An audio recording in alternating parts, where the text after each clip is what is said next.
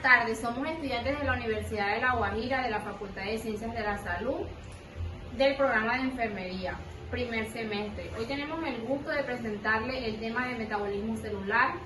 Dentro de este tema se encuentra la glucólisis, el ciclo de Krebs y la fosforilización oxidativa. Mi grupo se encuentra conformado por 6 integrantes que son Mariel Calderón, María Karina Cobo Solano, Jordana Yané Cuas Ruiz, Alexa Aire Pinguera Solano, Víctor Manuel Miales Barros, Catherine Joana Reina de Luque. ya cortamos. Y bueno, como le estoy explicando a mi compañera Jordana, nuestro tema es metabolismo celular y los subtemas son vías metabólicas, la glucólisis, el ciclo de Krebs, la fosforilación oxidativa. Y antes de nada hay que saber qué es el metabolismo celular, obviamente. Y vamos con el índice, que está aquí, lo puede leer perfectamente. Y seguimos ahora sí, primero que todo explicando qué es el metabolismo celular. Bueno, ahora sí vamos con el metabolismo celular. ¿Qué es el metabolismo celular? Pues el metabolismo celular es el conjunto de reacciones químicas que ocurren en las células para producir energía. ¿Por qué es importante el metabolismo celular? Pues principalmente es importante porque genera energía para funciones vitales. Siguen. Bueno, ahora vamos con la primera vía, que es la glucólisis. La glucólisis es una serie de reacciones que extraen energía de la glucosa al romperla en dos moléculas de 3 carbonos llamadas piruvato. La glucólisis es una vía metabólica ancestral y se encuentra en la gran mayoría de los organismos vivos hoy en día. En los organismos que realizan respiración celular, la glucólisis es la primera etapa de este proceso. Sin embargo, la glucólisis no requiere de oxígeno, por lo que muchos organismos anaerobios también tienen esta vía. En los organismos que realizan respiración celular, la glucólisis es la primera etapa de este proceso. La glucólisis ocurre en el citosol de una célula y se puede dividir en dos fases principales, la que requiere energía y la que libera energía. Vamos a hablar de la fase que requiere energía. El primer paso es un grupo fosfato se transfiere del ATP a la glucosa. La glucosa se convierte en glucosa 6-fosfato. La glucosa 6-fosfato es más reactiva que la glucosa. Por ende, la adición de fosfato a la glucosa retiene más glucosa dentro de la célula. La glucosa lo que hace es que es incapaz de pasar por sí sola la membrana. El segundo paso es que la glucosa 6-fosfato convierte su isómero en la fructosa 6-fosfato. En el paso 3, un grupo fosfato se transfiere del ATP a la fructosa 6-fosfato. A la fructosa 6-fosfato, y esto lo que hace es que se convierte en fructosa 1,6 bifosfato. Este paso lo que hace es que lo cataliza la enzima fosfofructosinasa. El paso 4 es que la fructosa 1,6 bifosfato se rompe para generar dos moléculas de azúcar con 3 carbonos, que son el dihidroxiacetona fosfato, que es el DHAP, y el gliceraldehído 3-fosfato. Y en el paso 5, el DHAP se convierte en gliceraldehído 3-fosfato. Seguimos con la fase que libera energía. En el paso 6 se dan dos semireacciones simultáneamente. La primera es que se genera la oxidación del gliceraldehído 3-fosfato, que es uno de los azúcares de 3 carbonos que se producen en las fases iniciales de la glucólisis. Y la otra es la reducción del NAD, el NAD más en NADH y en H más. Y se forma el 1,3 bifosfoliserato. En el paso 7, el 1,3 bifosfoliserato dona uno de sus grupos fosfato al ADP, lo convierte en una molécula de ATP y el proceso se convierte en 3-fosfoliserato. En el paso 8, el 3-fosfoliserato convierte su isómero en el 2-fosfoliserato. En el paso 9, el 2-fosfoliserato pierde una molécula de agua y se transforma en fosfoenolpiruvato.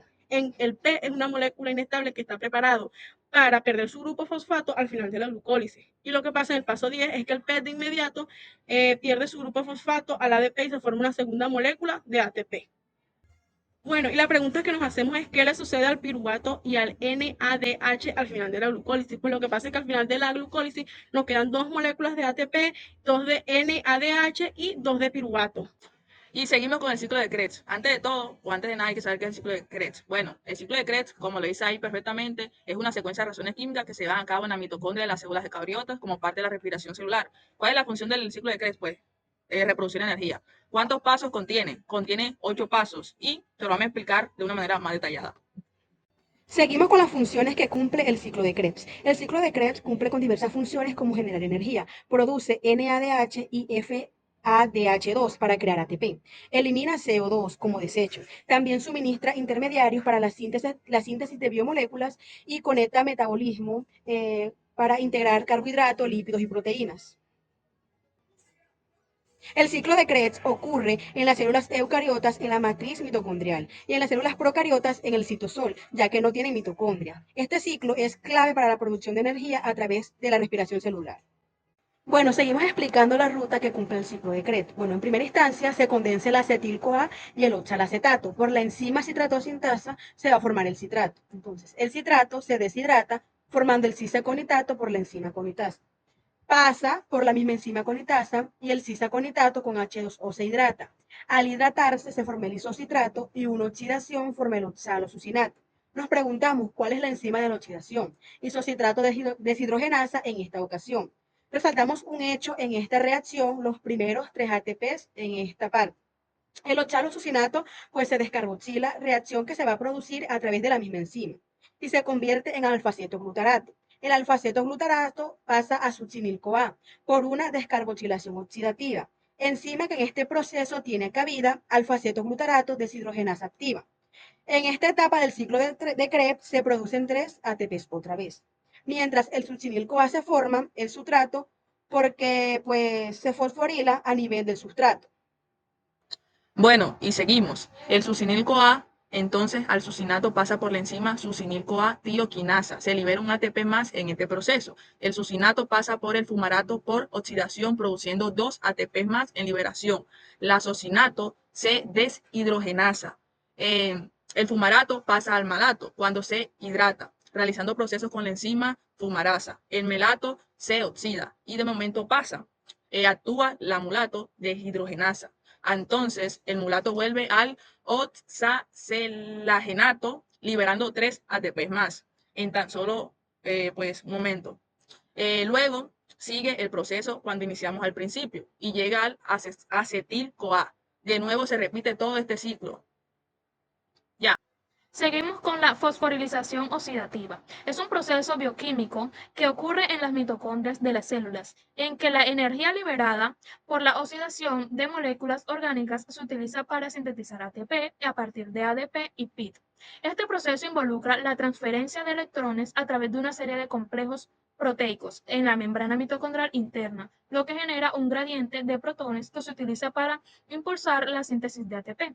La fosforilización oxidativa es la principal fuente de energía para la mayoría de los organismos vivos y es esencial para el funcionamiento de los procesos celulares.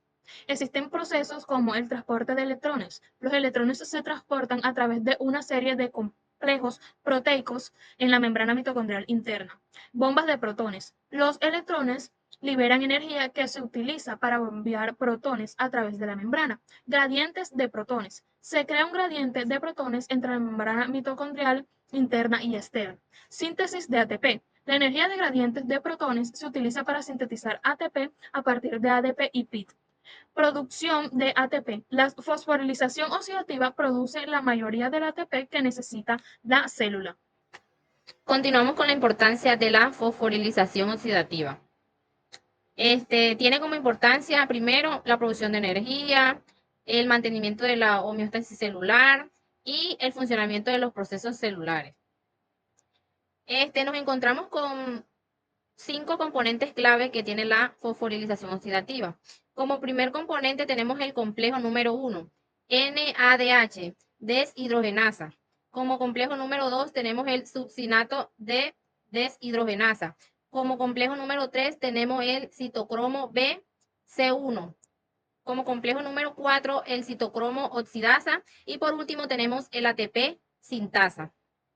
Ahora continuamos con las enfermedades relacionadas con la fosforilización oxidativa, que serían enfermedades mitocondriales, el cáncer, enfermedades neurodegenerativas como el Alzheimer y el Parkinson.